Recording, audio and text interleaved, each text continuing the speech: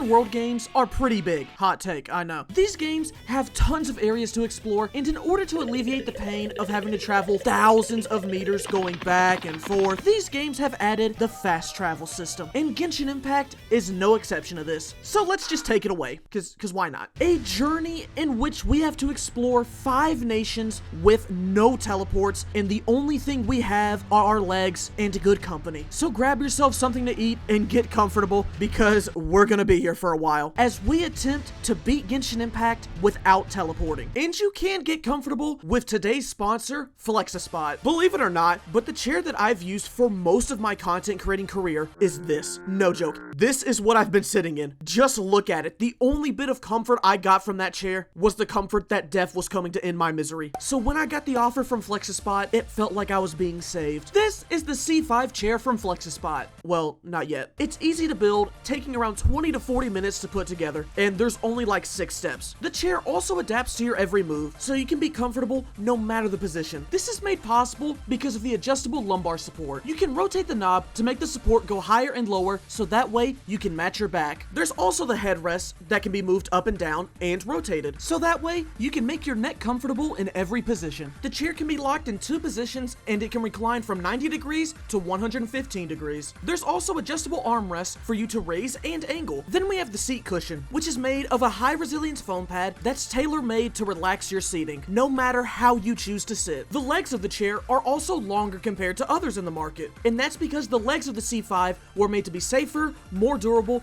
and more stable. This is a chair mainly designed for those who are staying inside and sitting for most of the day. So if you do freelance work, IT stuff, or financing, then this chair is probably for you. It supports people from the heights up to 5'7", and it can carry up to 300 pounds. If you're in the market for a more traditional office chair, then I would recommend looking at the C2, which you can get for a little over 100. Or if you would prefer a chair that's bigger and supports heights above 5'7", I would recommend the C7. You can use the code C750 to get a $50 discount, which you can find with the website link in the description. Thanks to FlexiSpot and the C7 for saving my back and also sponsoring this video. Now let's get into the rules and anime opening. Here are the rules. We cannot teleport. In this run, a teleport is defined as using a waypoint, statue of the 7 teleports, drowning, falling in a domain, and full team deaths. We can activate the waypoints and the statues for XP, but we cannot teleport to them. Punishments? So, for punishments, I am fully confident that I will not mess up in this challenge. You know what? Every time we mess up, that's 50 pulls. We're not even gonna do 1 for 10. In the second rule, no glitches. That's pretty much it for the rules of this challenge. But we did decide to add another stipulation. If a character dies, they can only be revived by the statue of the 7. This was done to encourage us to actually think about our gameplay style, so we just can't keep running at everyone and throwing eggs on ourselves. Now let's see if we can beat Genshin Impact without teleporting.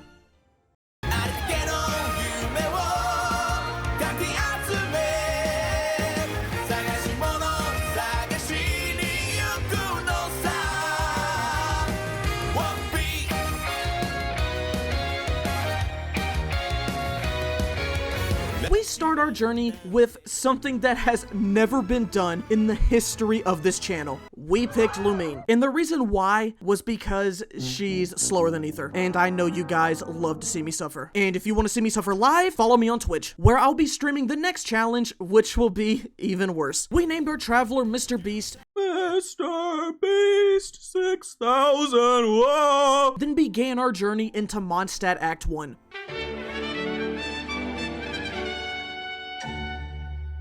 The beginning of our adventure wasn't too different from most other accounts. We obtained our powers at the statue, walked over to the forest, received Amber, and got a 5-star on our first 10 pull. No shot. Does Kaching skill count? You know what? If we somehow get Kaching, I won't use it, but that's not gonna happen. Chat, I know for a fact we are not getting a 5-star. D-Luke.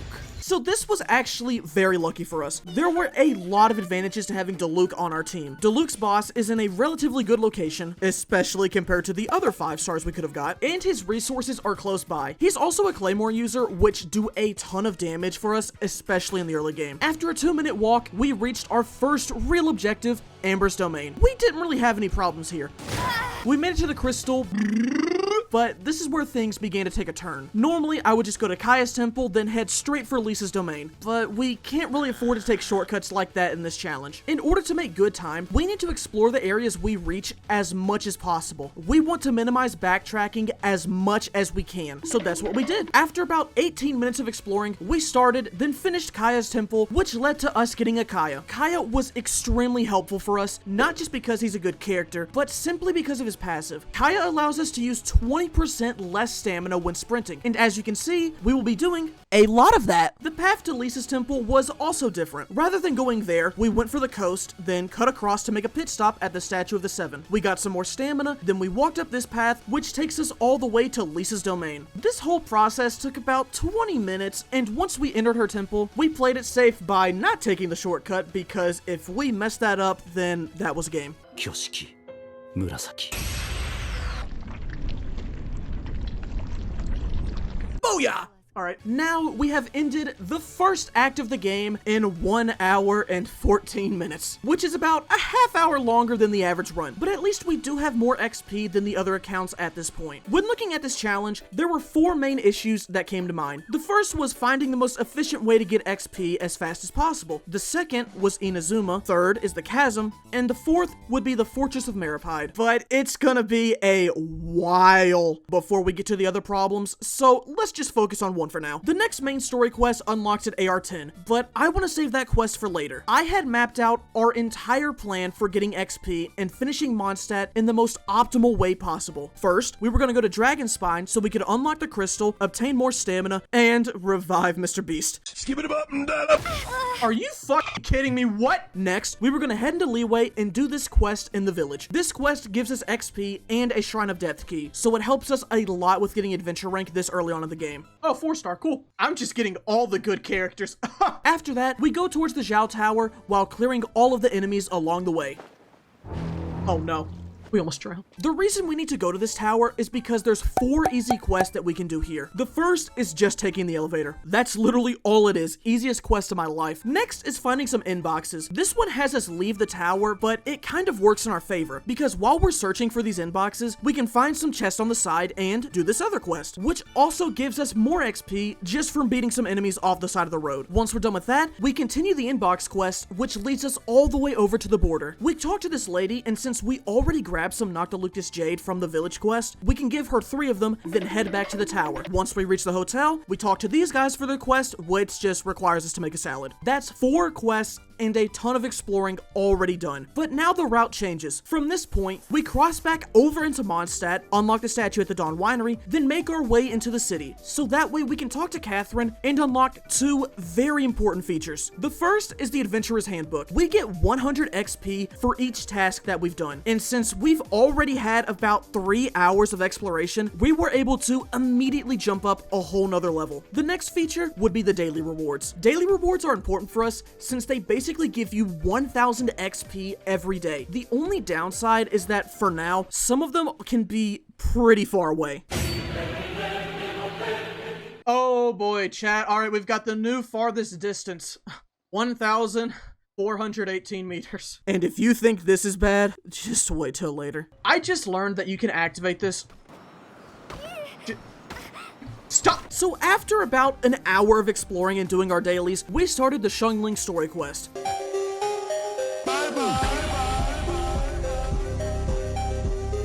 Which had us go back to Leeway. And upon clearing her domain, we immediately had to go back 1,000 meters for the cooking contest. And no, I'm not gonna call it a kilometer. But when we finish the quest, we just have to make a short walk from Springville over to the main city, which ends the first day. You might be thinking, MistahFeet, you're so funny and attractive, but you've done a lot of exploring at this point. What about the main story quests? And that's because I am purposely delaying them. The way Genshin's XP works is that once you reach the next level, it resets you and you have to gain that XP all over again. And since the bigger quests give out a lot of XP, the longer we delay them, the faster we can progress through the higher adventure ranks. Because we'd explored so much, we'd gained so much XP, and now the only things we had left to do before continuing the Archon quest were the character story quests. The only one that I need to talk about is Amber's. Amber's quest was probably the third most annoying quest in this entire challenge. This bitch had us going across the country just to glide. She just wanted us to glide. We start at the church, then go somewhere else. Then we go back to the church again and go somewhere else. And you want to know where this quest ends? Back at the church again. The other two quests were not bad at all. And they were only like maybe 10 minutes longer than a run that would have teleporting. Regardless, we can now start Mondstadt Act 2 at 6 hours and 17 minutes. Just to put that in perspective, some characters have already beaten Mondstadt by this point. However, this is not a negative thing for us, because we're currently at AR 18. Act 3 requires us to be at AR 18, so once we beat Act 2, we have nothing to worry about.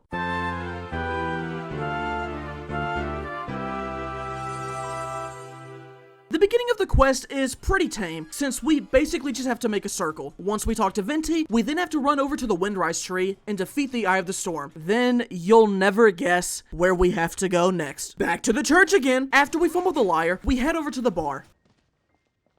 I got it! Inside here, the Mr. Beast team discusses their next course of action, and Diluc seemingly offers us a free ride over to the next objective. Aw, thanks, Batman. That's actually really kind of you. Whoa, 500 meters upon ye. We cleared out the Fatui hideout, and guess where we had to go next? It's actually not the church, I just tricked you. We just had to go to the bar so we could immediately leave again.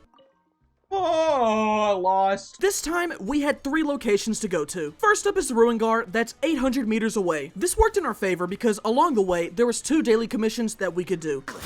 Once we arrived at our destination, the OG power couple of Xingqiu and Diluc beat the robot. And now, there's good news and bad news. Comment which one you'd rather hear first. That's a joke, you don't get a say in this relationship. The good news is that the next 2 objectives are pretty close to each other. The bad news is that they're both 1,000 meters away. After obtaining the last 2 tiers, we reached a new farthest distance of 1,600 meters. This is when I really started to get annoyed, because once you go to the winery, you have to immediately go all the way across Mondstadt again. Then when Act 2 is finished, we have to go all the way back to the winery again, so we can start Act 3.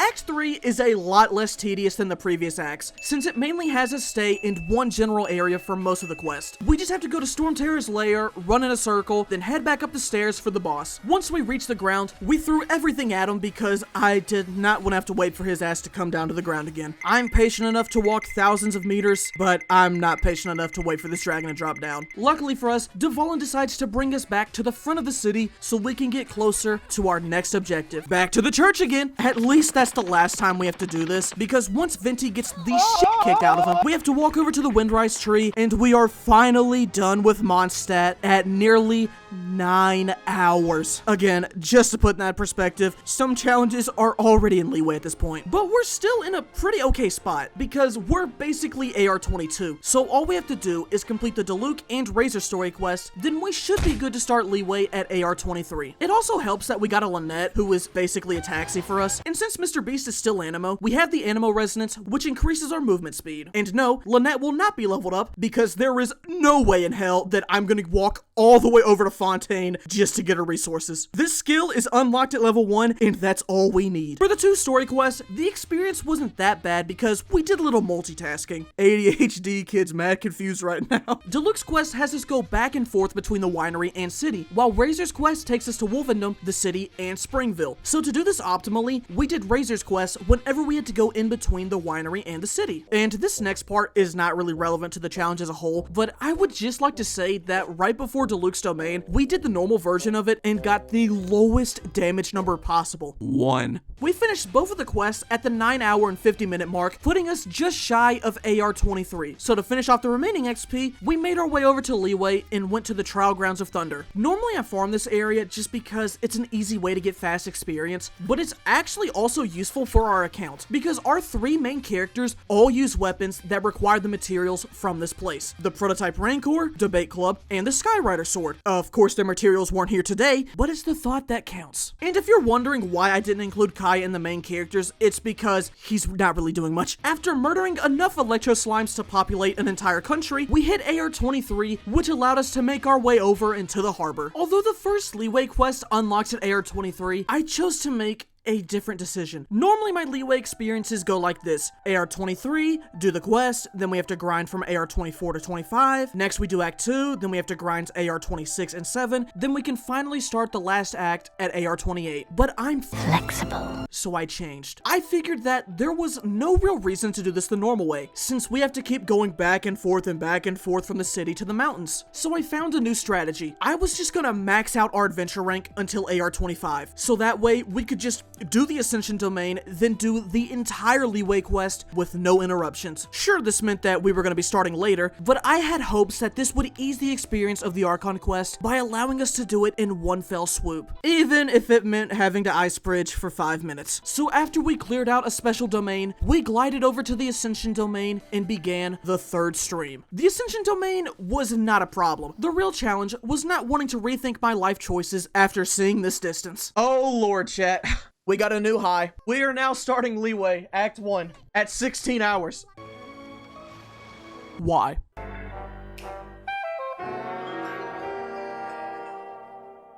Leeway Act 1 is very short. There's literally only like 6 things to do. Stealth past guards, talk to child, then you talk to 4 adepti. But these become more tedious when you remove the ease of instant teleportation. Well, aside from the first 2. Alright, first one, basically 1,800 meters. After Diluc kept throwing birds at the goons, we decided to go to Mountain Shaper next, because he was the closest and he had a tall mountain for us to glide off of. Only problem was that we had a hard time completing the objective.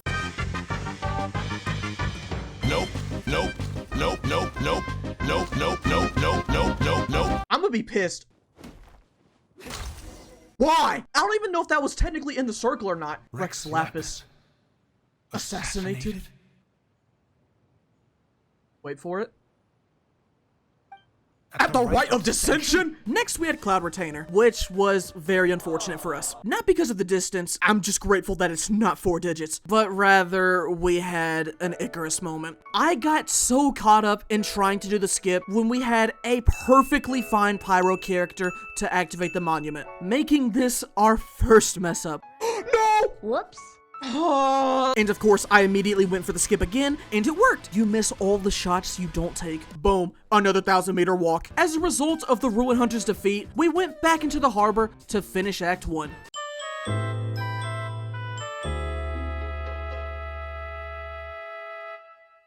This quest was definitely one of the more annoying ones. It doesn't crack the top 3, but it's probably top 5. And that's literally only because of how it begins. Yep, another 3,000 meters, okay. It took us about 10 minutes to reach the Meaty Tribe's giant cooking pot. And once we burned the cooking pot, we had to immediately go back. But on the way home, we did make a quick stop by Aleph, gone but never forgotten. Once we made it back into the city, we really didn't have any more problems with this quest. The furthest we had to run was 600 meters, just so we could give Zhongli some perfume. Other than that, Madame Ping was in the center of the city, and Chi-Chi's Ballista was only 200 meters away. We almost had a slip up in the teapot, but thankfully there was a wind current here to save us. Haha, joke's on you, Hoyoverse. You just lost yourself $100. So aside from those 6,000 meters that we had to walk in the beginning, this quest did not feel too bad.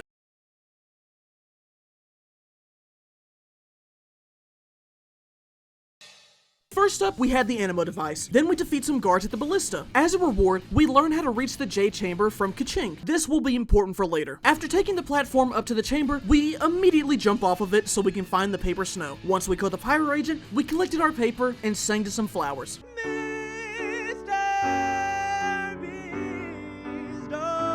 The only thing left for us to do now in this quest is walk 700 meters to fight a child. The fight was nothing to worry about. Just to make a quick little comparison, the walk here was harder than the fight. And no, we did not come across any enemies along the way. The last section of this quest changed the least from a normal run for reasons that you can probably imagine. There's a lot of times where I think about punching a hole through this monitor, but then I remember that it costs like $1,000. But ultimately, we ended the quest at 19 hours and 20 minutes. Normally at this point, we would jump straight into the Jade Chamber in Dainsleif quest, but I chose to do the Xingqiu story quest before that. This was a mistake! Believe it or not, this was the most annoying quest in the game. Yeah, I did not expect this either. We had to literally walk all the way to the other side of the map, and I mean literally. We had to go visit Chang the Ninth 3 times in total. And keep in mind, every time we had to go there, we also had to leave. This quest took over 2 hours to do, when normally it's only about 50 minutes. We hit AR 30, but still didn't start the Inazuma Archon quest. We kept farming experience, ice bridging to the abyss, ice bridging away from the abyss, fighting Oceanid, which was only made doable with Sethos, and encountering a moment that made me hate myself even more for implementing that additional rule. We just kept grinding and grinding for reasons that will all make sense in a little bit. At AR 32, we started the first Dainsleif quest.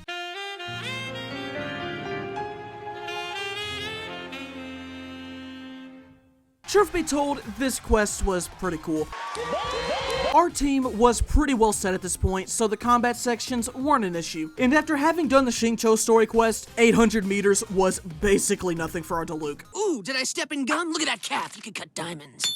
This quest only took a little over 20 minutes, which was about par for the course. But things would not be the same for Dainsleif Part 2. Alright, let's see how far this is. We got a new high. How far is that in freedom?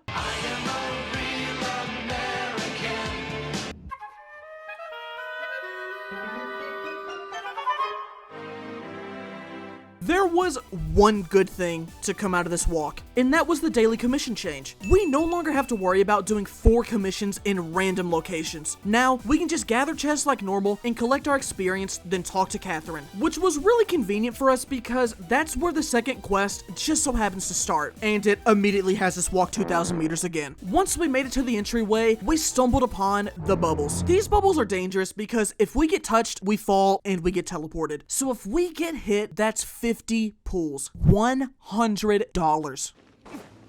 No! No! No! Whoops. We basically have to wait for the 3 bubbles. Once that's gone, then we can run up.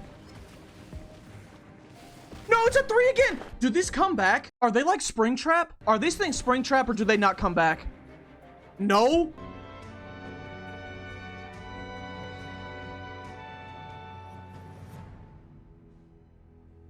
Okay, that's the 3. We made it!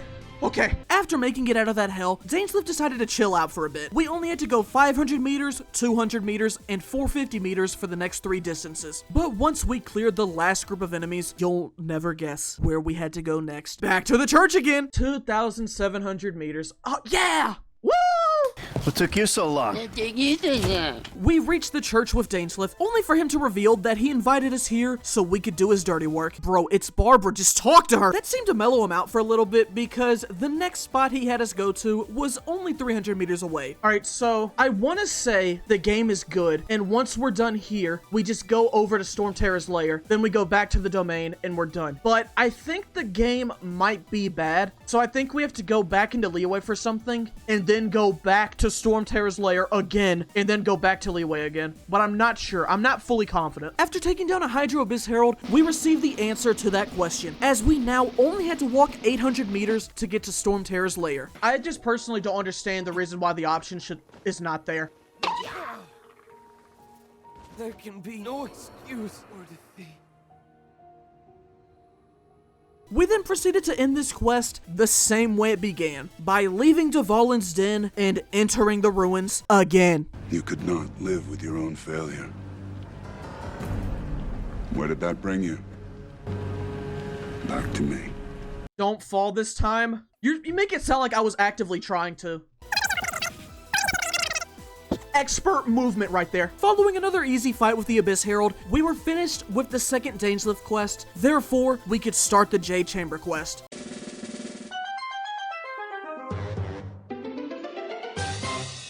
This quest was also another one of the good ones.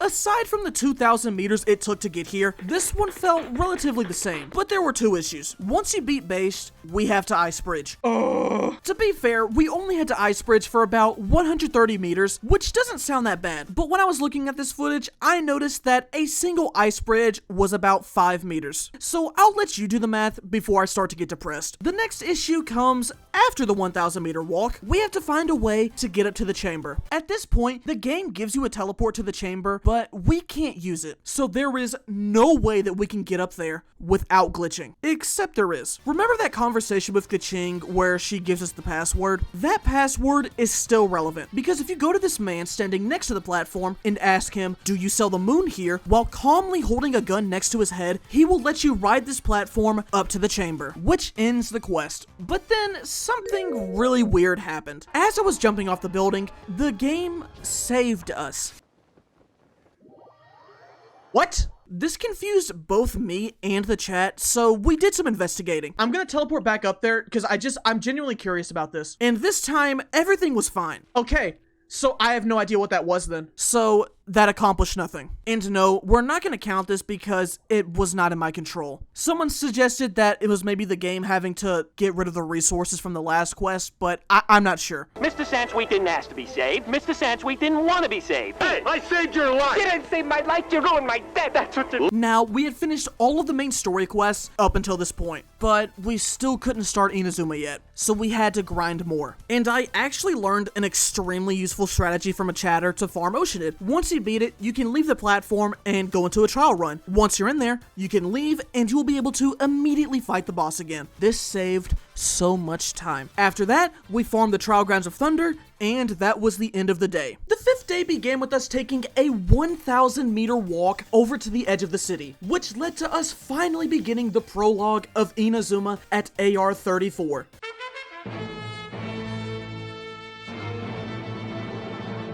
This quest is similar in structure to Leeway Act 2 for us, in the sense that it's very front-loaded. Once we get past the ice bridging, we're all set because we don't have to leave this little island. The only other thing that I should mention here is that the game did spare us. Because when you talk to Kazuha at the end, if you say, "Let's go," he brings you back over to the tournament and you finish the quest. And yes, this other option is actually you declining him. If you try to be a good friend, he just leaves you here. But even though we did the prologue, we still can't do the rest of Inazuma yet. Where's the rest of you? Inazuma is the second problem. We have no issue getting there since Beto takes us on her boat. However, leaving Inazuma is a different story. There is a wave rider we can use, but if you travel too far off the island, you get engulfed in a storm and you're teleported back to Inazuma. But there is one way that we can get rid of the lightning, and that is the second Raiden story quest. Once you complete her second quest, she removes the Sakoku decree, meaning that the storm is gone, and we are free to travel between Leeway and Inazuma. But this also has requirements for it. In order to do both of the Shogun story quests,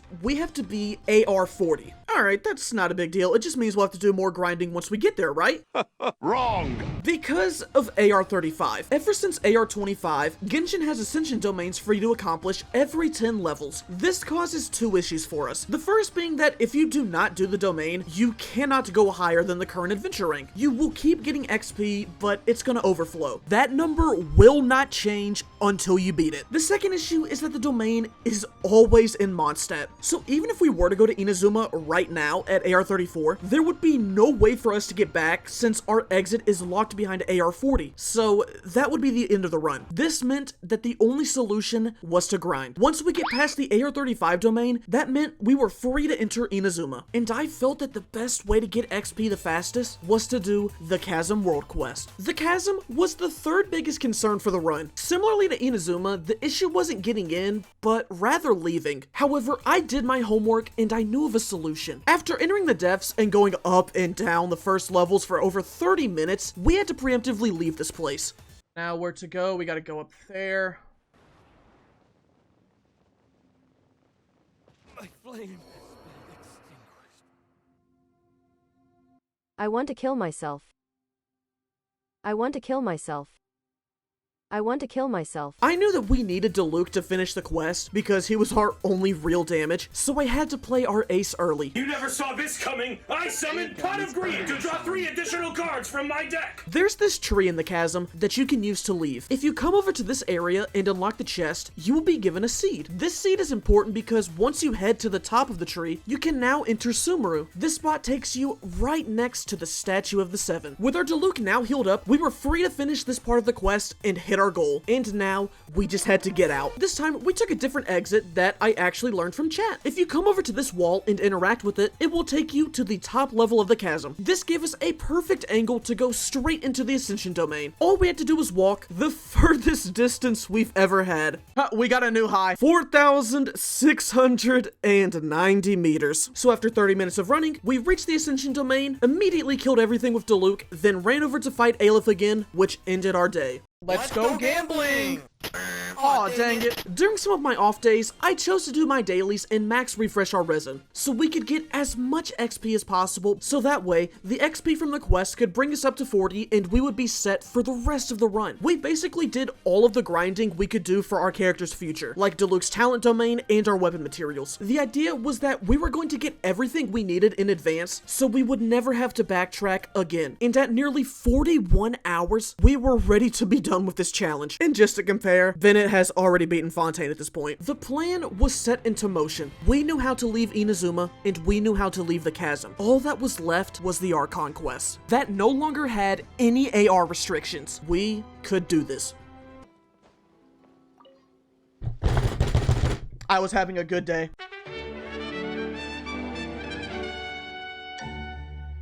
It pains me to say this since I've put so much attention surrounding the importance of Inazuma. I gotta get out of here! Too late!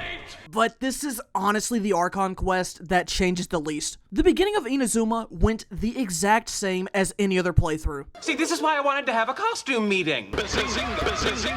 For most of Act 1, Inazuma just has us explore the main island, and since it's a new location, even if we did have access to new teleports, we would still be running around for a majority of the quest. I was feeling confident about the rest of this run, and I even got the suggestion to use Electro Traveler from the chat, and after asking them if they wanted to see it, Jimmy, come on, Jimmy. I obliged. For those who don't know, TLDR Reed, this is my least favorite character in the game. He's f***ing horrible! But even with this dead weight on our team, I was still ready. There was only 2 combat sections in the first act, the transport and the prison, both of which were nothing to stress about. Our team was already established at this point. Our Diluc was the damage, Xingqiu was there for support, Kyle was still level 14 and was only here for enemy shields and the sprint passive, then we had Mr. Beast. As for exploring in this act, it is basically just a lowercase b on the map. We go in this general circle for the city activities, and we go on this trail for when we have to leave Rito and reach the main island. The only part that gets annoying about Inazuma's Archon quest is having to climb up Yai's mountain, because the stairs only start like 60% of the way up there. What is this design? I have to speak to this architect. After about an hour and 8 minutes, we were finished with Act 1. Before we can start Act 2, we have to do the Ayaka and Yoimiya story quest, both of which don't have much for us to talk about. These stories are mainly just yapping to NPCs in the city, so we have a pretty small area of movement. There aren't any outrageous distances for us to travel to, and the combat sections give us trial characters, so they weren't an issue either. At 43 hours, we were ready to begin Inazuma Act 2.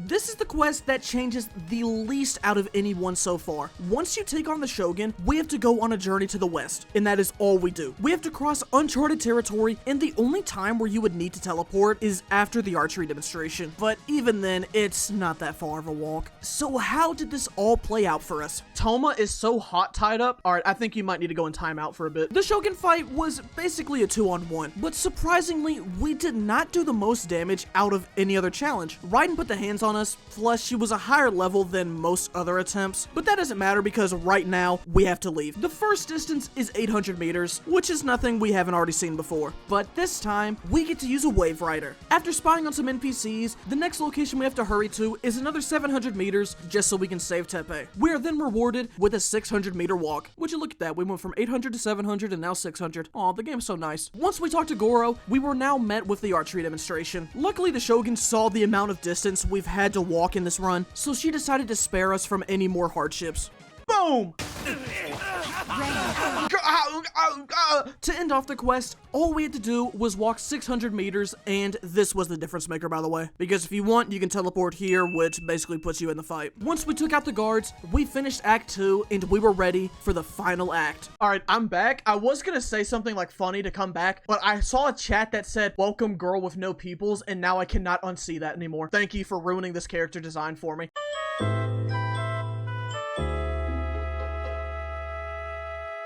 To begin, we have to walk 600 meters so we can ride our noble steed. 1,300 meters is the furthest distance we've had so far in Inazuma, but there's no need for me to complain about it because of our boat. In fact, this wave rider is the only reason the first half of this quest is tolerable. Honestly, for a second, I thought Diluc was gonna fall through this little spot. And since I didn't have any stamina, we would have gone straight into Onkanomiya. That actually could have ended the run now that I think about it. After talking to Kokomi, we were then tasked to go solve a puzzle on the outskirts of the island. Boom, another 1,000-meter mission. Once we traversed about 550 meters, we took our horse out of the stable, then made our way to the puzzle. Mr. Beast was then replaced with Sethos, since Jimmy physically cannot do this puzzle. Following a game of whack-a-mole that Diluc played on the Biggie Churl, we had to go back another 1,000 meters so we could come across the moment that my chat was waiting for. Tepe's death. If only I were stronger still. The stronger I am, the more I can do for the resistance. Strike a chord and it's probably A minor.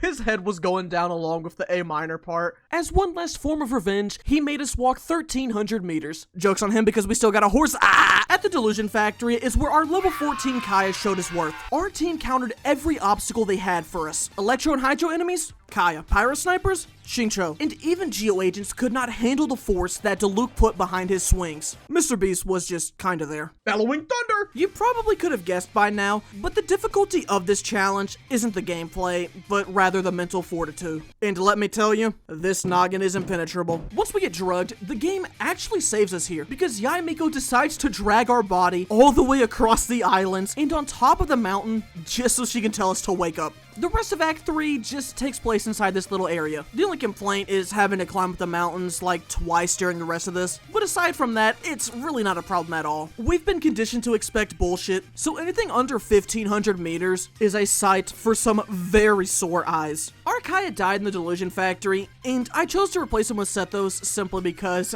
I didn't feel like walking over to the statue, Lamau. After climbing up the mountain the second time, we followed Sara to the headquarters using a path that I am fully confident she did not take, which led to us listening to the funny line.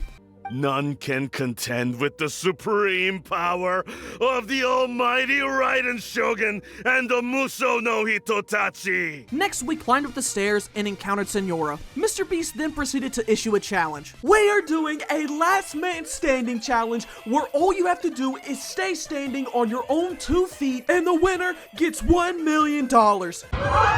Oh my god, Jimmy killed her. As we leave the challenge, Raiden attacks Jimmy because she was also in the room and she was still standing. Since she believed she'd won the $1 million, she trapped Mr. Beast in her domain where the last person standing would win. Jimmy got put on the ropes for a little bit, but thanks to her friends, Mr. Beast was able to knock the Shogun down to one knee and win the challenge. And as a reward, we completed Inazuma after 45 hours. For our next Archon quest, we had to travel a new record high of 5,000 meters. But we still have something in our way, the thunderstorm. We now reached the whole reason we had to delay Inazuma. We had to do both of the Shogun story quests. It had been a while since I'd done these, so I got a little nervous thinking about how bad they could get. Thankfully, they weren't bad at all. Well, one of the quests is pretty bad, but not in a no teleporting environment, just in a story one. The first quest took about 30 minutes, and the second one was only slightly longer, taking about 40. However, it was all worth it because we were able to hear the words that would make the rest of this challenge doable. I will abolish the Sakoku decree. And with that, we could begin our journey to ride across 5,000 meters of water.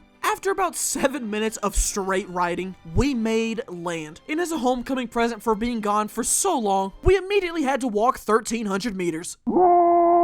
Once we made it over to the chasm, we talked to an NPC so we could finally learn about what we need to do. Essentially, we just need to go into the depths and see what's going on. Okay, fair enough, we'll give it a check. 1,000 meters. Okay, that's not so bad. But you could have just told me to go fuck myself and I would have felt the exact same way. After dropping in another hole from a hole that we've already been dropped in, we could finally begin Dangelif's fun quest line.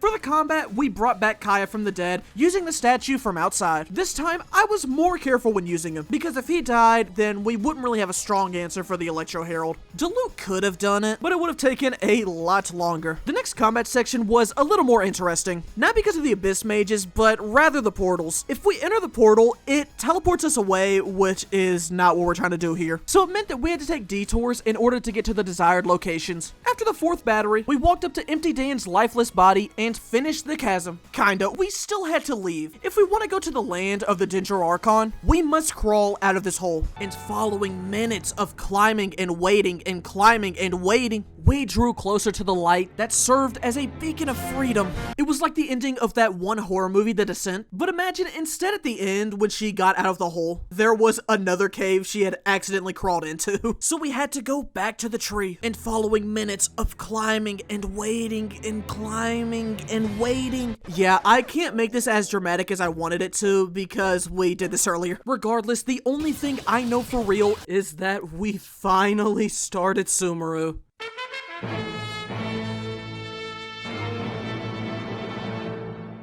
After we swapped to Dendro, Mr. Beast, we cleared the Withering Zone and Tree Domain, then walked over to the city so we could give our legs a break. For the next 15-ish minutes, our legs didn't have to work as hard since we had a very small area to move in. And since our legs didn't have to do much, we decided to give our ears some action. Don't kill me.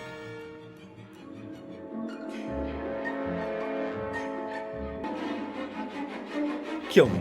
So much yapping. After many conversations, we began our trip to Port Ormos, which is 1,500 meters away. This is the only real annoying part about Act 1, because once we get there, we pretty much stay at this location for the rest of the quest. It's like ripping off a band-aid. You just want to get it done as fast as possible. Which is made doable thanks to the Wave Rider. After parking our boat, we only had to walk 200 meters. Following a quick battle with some treasure hoarders, we were done with Act 1. All of Act 2 takes place in Sumeru City, which required us to go back another 1,600 meters. Thank you, boat.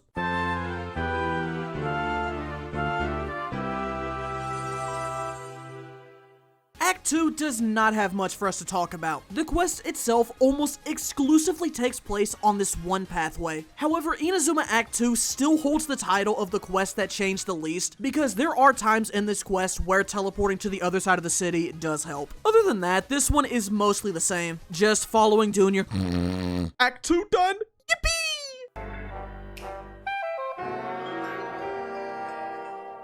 Act 3 is another one that doesn't really change much. Aside from using a teleport close to Gandharvaville, this quest is mainly just an excuse to get us into the desert, which is only like 800 meters away, so it's not bad at all.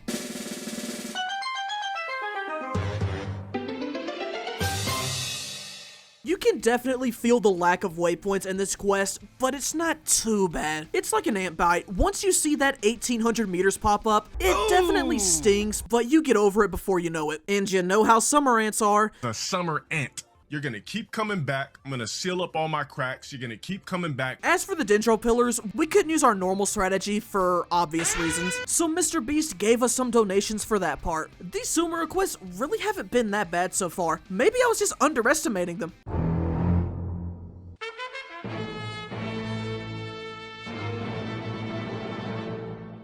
Sumeru Act 5 is the climax of the nation, so it's fitting that Hoyle first decided to make this quest the longest one. And I mean that both time-wise and exploration-wise. Acts 1 and 2 mainly had us in these areas, while 3 and 4 had us over here. Act 5 has us pretty much everywhere. We start out in the desert with Alhaitham. He makes us travel 750 meters to the Eremite base, which is not an issue, but trust me, it only gets worse from here. After trying on his new headset, we then have to meet Cyno, who is 1,100 meters away. Once we help Cyno defeat some Tuscan raiders, Dia is up next, but she likes to play games with us. I You're teasing me. Naughty, naughty. She starts us out with only 450 meters. Then we have to go to 850 meters. And after that, we have 900 meters. When we finish doing the stealth section, the game taunts us and says we have to go 1100 meters from where we just were as quickly as possible. Why must you forsake me? Following a swift battle with some Fatui agents, the game decides to chill out for a bit. Once we walk back towards the city, we stay there for a majority of the quest. Like seriously, it's just 30 minutes of dialogue up until we start Scaramouche's domain. I mentioned earlier how I'm not going into great detail about the combat sections because that's not what this challenge is about, and that sentiment still carries over to this because I didn't have any issues with the enemies, but rather this one small jump. Chat, had I messed that up, we would have fallen and teleported, but you know what? I didn't. That's not copying, that's Whoops. I missed this jump twice, which means that I had to add 100 more pulls to the bank.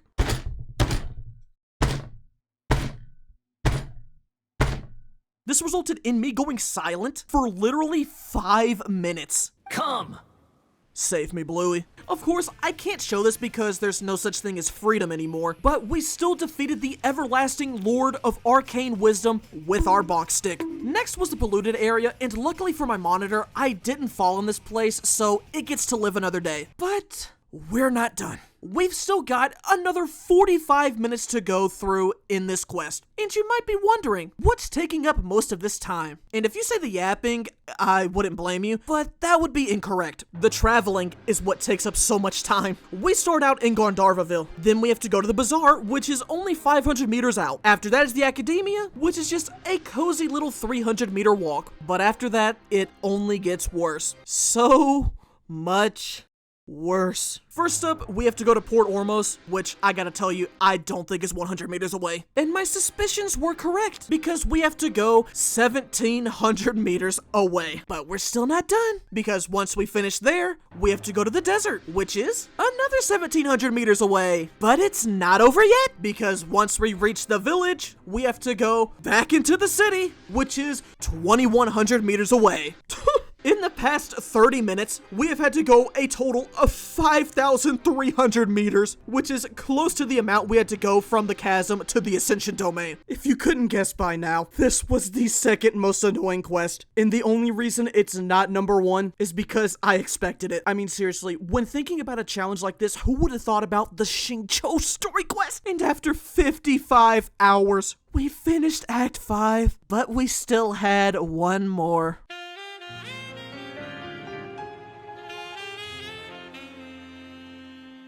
I'll use this time to calm down because Act 6 is pretty okay. The quest locks us in one place and it's a very small area. The only time we aren't there is at the beginning when we have to walk to the magic number twice to get there and leave. But yeah, aside from that, there's not much else to this quest. We have a Deluxe, so the Crow Herald was not a problem at all.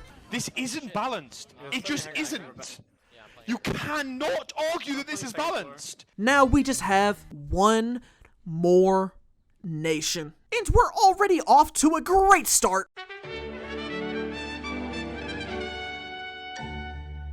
Aside from having us walk to the desert, Fontaine's quest is pretty tame for the most part. I mean, after the cutscene, the game automatically brought us to the border, saving us from a potentially 7,000 meter walk. We didn't have to walk!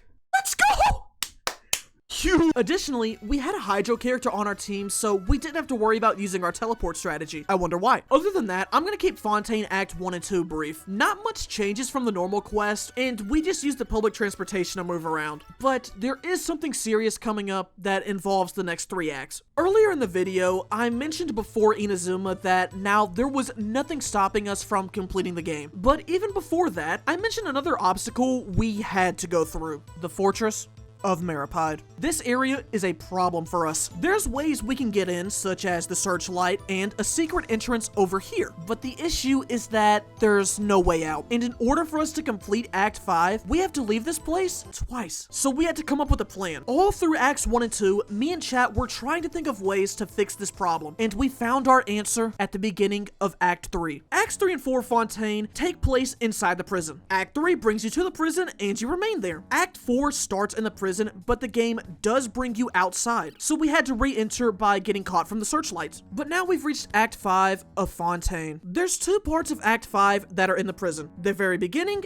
and the very end. When you finish talking to Risley, you're supposed to go up to New Villette, but you may notice that there is no golden trail for us to follow, and that's intentional from the game. Normally when you have a golden objective, there's a trail for you to follow that guides you, but if it's not there, that means there is no possible way for you to reach that location. The secret exit can't be used here because there's a guard blocking us from going past it. We need to find a way to leave this prison twice and enter it one time. And luckily, there is a specific quest that does exactly that. Unfinished comedy. This is a world quest that takes place in the prison. It is filled with a lot of yapping, but that's not the important part. What is important, however, is that it allows you to leave the prison. So essentially, you're in a competition with other inmates, and the winners get to see the sunlight. All we have to do is win. And since we're the main characters, that's exactly what happens. The prison guard just takes us outside, and we were free. And this guy just has to be the worst guard ever, because once we got out, we just ran. We went straight into the rest of Act 5 without even thinking of going back. After dolphin jumping over to Poison, we visited the graves of Malus and Silver, then began the final day.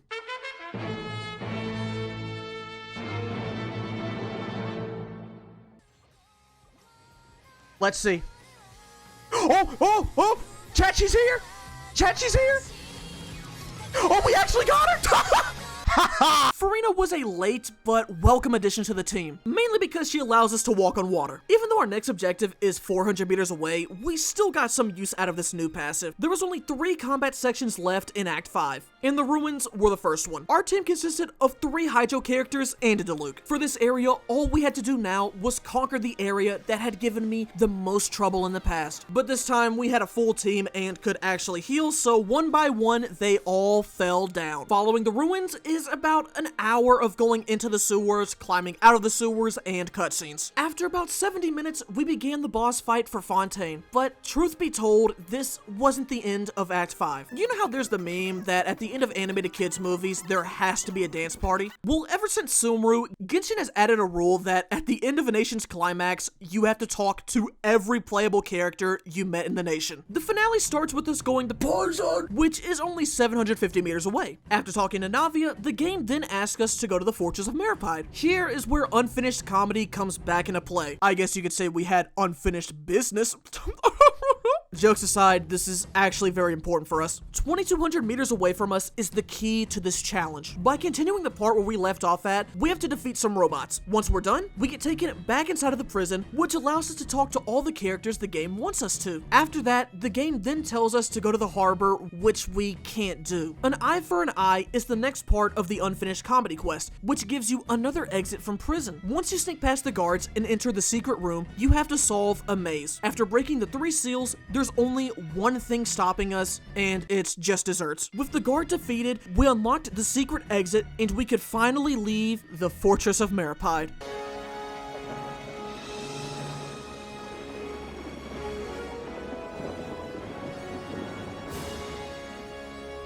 Now all we had to do was ride our noble steed for another 3,000 meters. When we made it to the harbor, we talked to the Fatui cast of characters, but we still had one last person to look for. This was basically Sumeru Act 5 all over again, but this time we had public transportation and dolphin diving to help get us there faster. The 30-second elevator ride didn't really help our case though. And after almost 66 hours, Mr. Beast had her dance party with Nouvellette, and we were finally done with Fontaine Act 5. But we still had one more. And how fitting is it that the last quest we have to do starts out with a distance of 4K meters. Normally this would be a much longer walk for us since we would have to go through the desert, but luckily for us, we have a Farina, so we were able to take a shortcut. It was 5 straight minutes of walking on water, but eventually we hit land and could begin the journey to the end.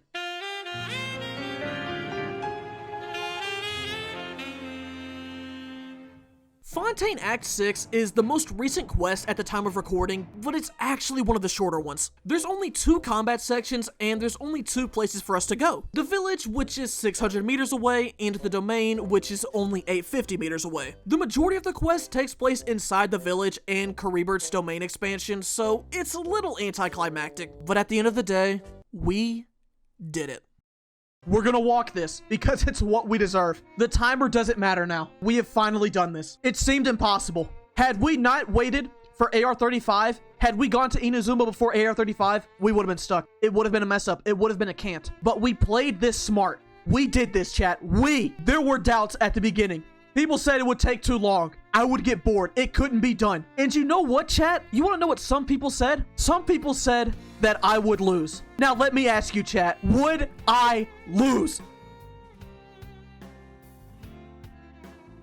We talked to this lady by the tree. Say, Kari Bear, yeah, he was a nice guy. He was real. You're not crazy. And we're done. After 66 hours, 47 minutes, and 26 seconds, we beat Genshin Impact without teleporting. This challenge was extremely draining. Was it difficult? Not really. This video could have easily been called How Long Does It Take to Beat Genshin Without Teleporting? And while most of this run was just walking from point A to point B, we did actually have to do some planning, which I really enjoyed. I'd never done unfinished comedy on my main account, so I had to do research in order to see if it would actually work. And thankfully, it accomplished exactly what we needed it to do. Leave and enter the prison 2 times. Would I recommend this? No, don't. I proved it here, so you don't have to. Everything in the Archon quest is possible to do without teleporting. And since this isn't a character challenge, we can bring back the tier list. This challenge, I would say, is for adults. You're not going out of your way to make combat any harder. You just have to be patient enough to walk thousands of meters just to talk to an NPC, then another 1,000 meters just to do the same thing. It's not difficult,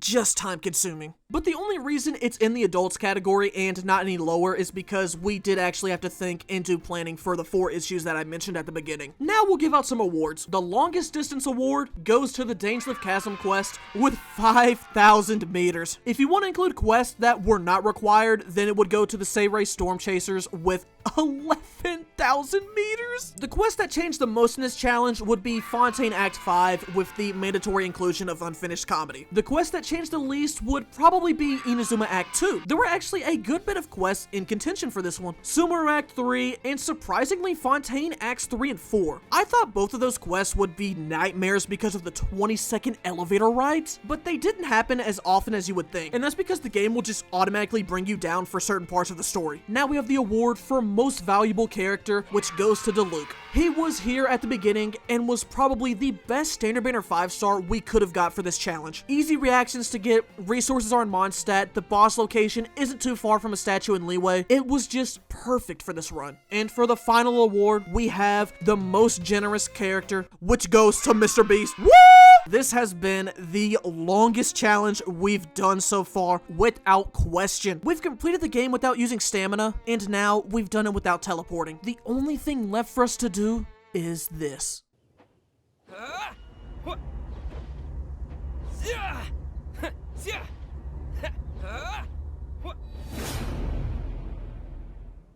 Tell me why.